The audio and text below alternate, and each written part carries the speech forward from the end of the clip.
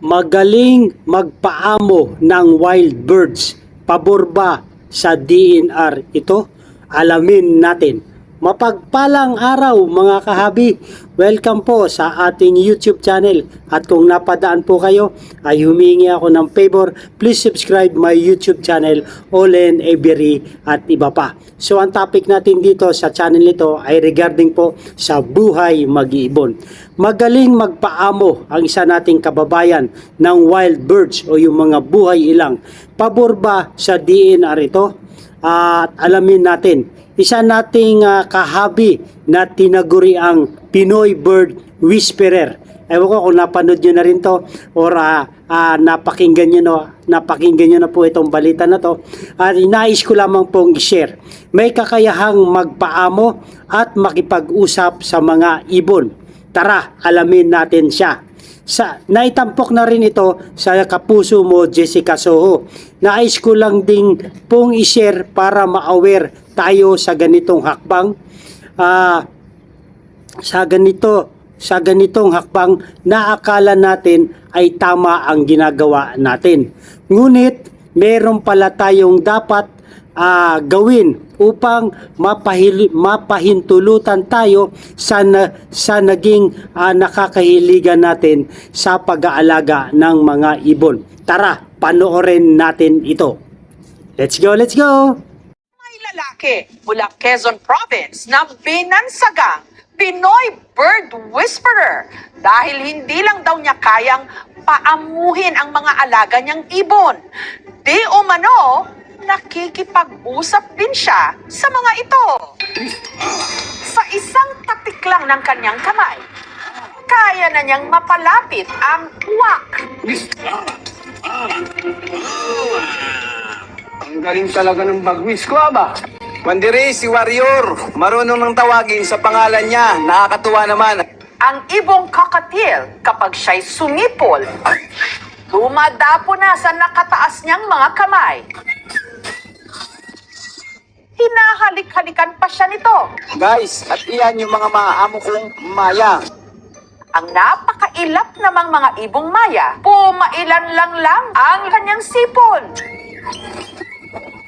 Lumipad-lipad na sa kanyang harapan. Disney Princess yarn, pati nga sa higaan, ang mga ibon, kabanding niya, nakatambay sa kanyang mga daliri at kamay. Maya, halika. Ang lalaking parang may kakayahang makapagpaamo at makipag-ugnayan sa mga ibon, namumugat dito sa Real Quezon. Siya si Estong, ang binansagang Pinoy Bird Whisperer. Ito, si Star.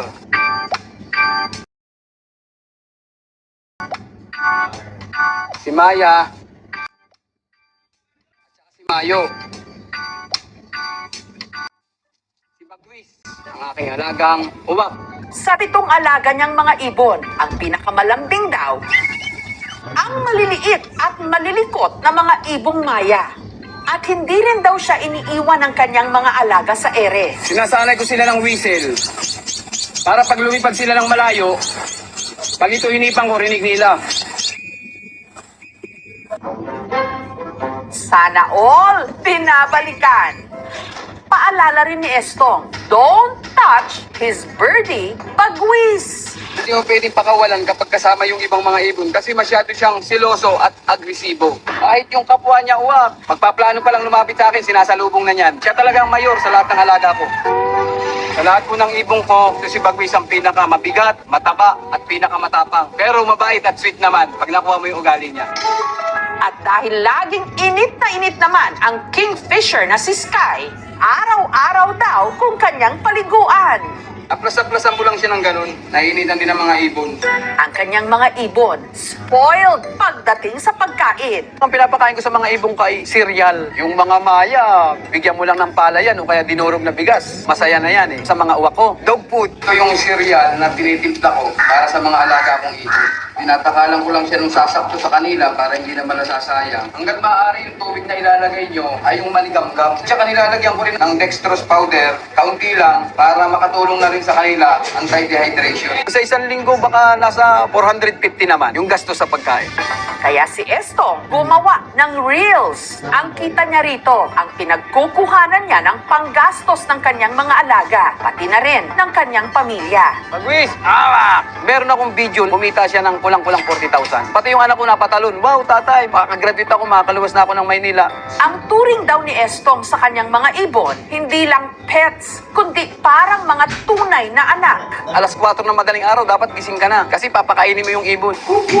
Siguro nahawaan na rin niya ako ng hilig niya sa pag-aalaga ng ibon. Kasi minsan nakakausap ko na rin niya sila eh. Pagka ako naiiwan sa bahay, para din ako may mga kausap ng mga bata. Nalulungkot din ako pagkatahimik sila. Yung mga ibon po kasi ni tatay, parang kapatid na din po namin, kaya parang di na din po kami nakakaramdam ng selos.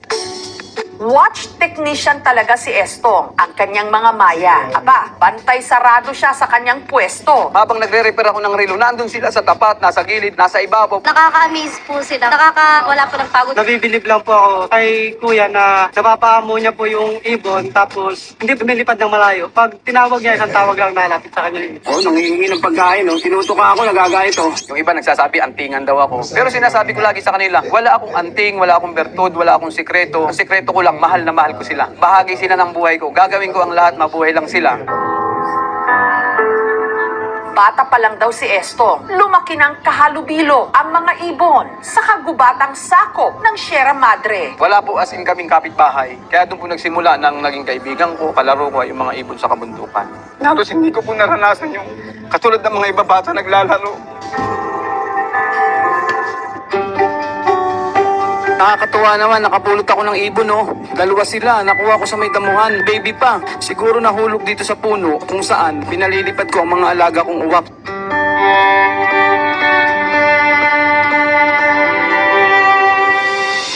Inaalagaan niya ang mga ibon hanggang lumakas Bye-bye, Bagwis! bago niya tuluyang pakawalan muli sa gubat o sa wild. Hindi ko po kinuha yan sa pugad. Hindi ko po yan hinanap sa kagubatan. Ang purpose ko naman, pag lumaki, yan katulad ng mga napapanood nyo, makalipad pa rin naman sa wild. Kung bumalik man o hindi, okay lang. Bagwis lang! Hanggang sa tila nakaimbento si Estong ng kakaibang lingwahe. Na sila lang ng mga ibon ang nagkakaintindihan. Huwag mong papagalitan, lalong-lalo na, huwag mong sasaktan. Kasi isang beses mo lang saktan yan, nakatanim na sa kanilang isipan yan. Magkakaroon na siya ng rejection sa'yo. Ayan siya. Kapag nestling or fledgling, mas vulnerable sila to imprinting sa humans. Imprinting, this is a process by which birds try to understand yung behaviors. Kung ano man yung mga sinasabi niya, mga vocalizations niya, yun na yung natutunan ng ibon, so yun yung kanyang na-identify. Kumusta kayong dalawa dyan? Gayunman, dahil tao kung ituring ni Estong ang kanyang mga ibon, iba raw ang sakit sa tuwing siya'y iniiwan ng mga ito. Gaya na lang nung bigla siyang iniwan sa ere ni Warrior matapos itong atakihin ni Bagwis. Ang pinakamatindi pa po rito, yung ginastusan mo na, minahal mo, malalim na yung relasyon ninyo, bandang huli nagpaalam. Nung natapos ang coverage ng aming team kay Estong at pabalik na sila ng Maynila, nakatanggap sila ng tawag. Tinakip daw siya at idinitain sa presinto ng Real. Yung pag-aresto kay Estong, invalid po siya. Bakit para siya ngayong ibon na ikinulong sa hawla? Ano ang nilabag niyang batas? Si Estong, makakalaya pa ba? Susunod na. Binansagang Pinoy bird whisperer ng Real sa Quezon na si Estong. May kakayahang magpaamo at kumausap ng mga ibon. Guys, at iyan yung mga maaamo kong maya. Pag narinig nila yung whistle, lalapit sila sa akin at magkikita pa rin kami. Kahit anong libang nila sa paglipat guys, sa labas, babalik at babalik sila sa'yo. Ngunit nung pabalik na sa Maynila ang aming team, matapos interviewin si Estong, nakatanggap sila ng tawag. May mga pumunta raw na mga opisyal sa kanilang bahay at siya'y inaresto. Kinumpis ka rin daw ang kanyang mga alagang ibon. Ang DENR o ang Department of Environment and Natural Resources kasi hindi pabor sa pag-aalaga niya ng mga ibon galing sa kagubatan o sa wild.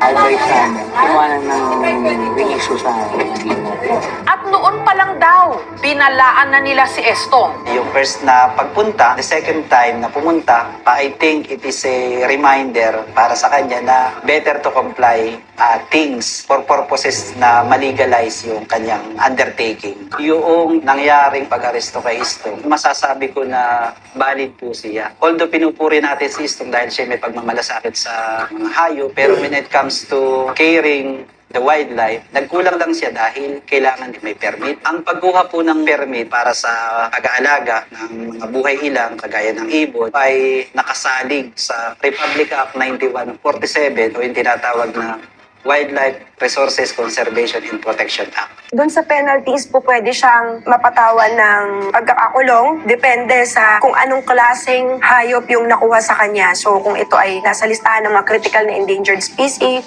Samantala, halos 4 na araw mula nung nakulong, si Estong pansamantalang nakalaya matapos magpiyansa ng 3,000 pesos. Ako ay nangangako, natutupad po sa batas kung ano po ang sinasabi patungkol po sa permit ng pagkikare po ng mga ibon. This coming July 9, magkakaroon po ng arraignment and pre-trial.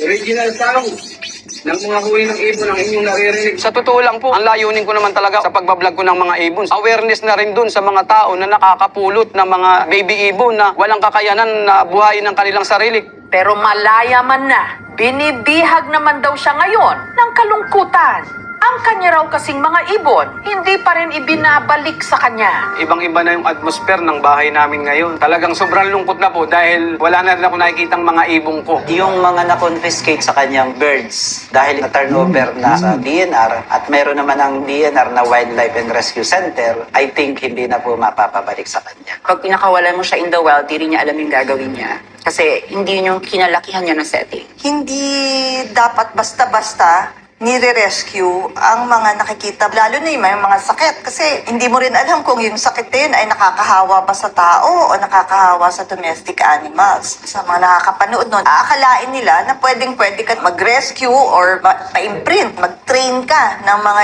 ibon sa wild. Dapat hindi. Kasi dinidisturb mo yung kanilang natural behavior. Na imbes na kumakain sila sa natural environment, natututo silang umasa sa'yo. Yung mga ibon po naman, kahit pakawalan ko po, kita naman ninyo sa mga video, talaga pong sila ay babalik at babalik at ako po ay laging sinusundan. Nakikiusap ako, huwag po nilang alisin yung pagbablog ko po ng patungkol sa ibon. Siguro kung gusto po nilang salain, pwede po nila akong turuan. Pambihira nga kung isipin ang kakayahan na magpaamo ng mga ibon. At makahanap ng paraan para kayo'y magkaintindihan. Gayunman, mas maipakikita ang pagpapahalaga sa kanila kung katulad ng tao, wala rin sila sa hawla. Bye-bye. Bye-bye. Mamimiss ko kayo ha, mamimiss ko kayo.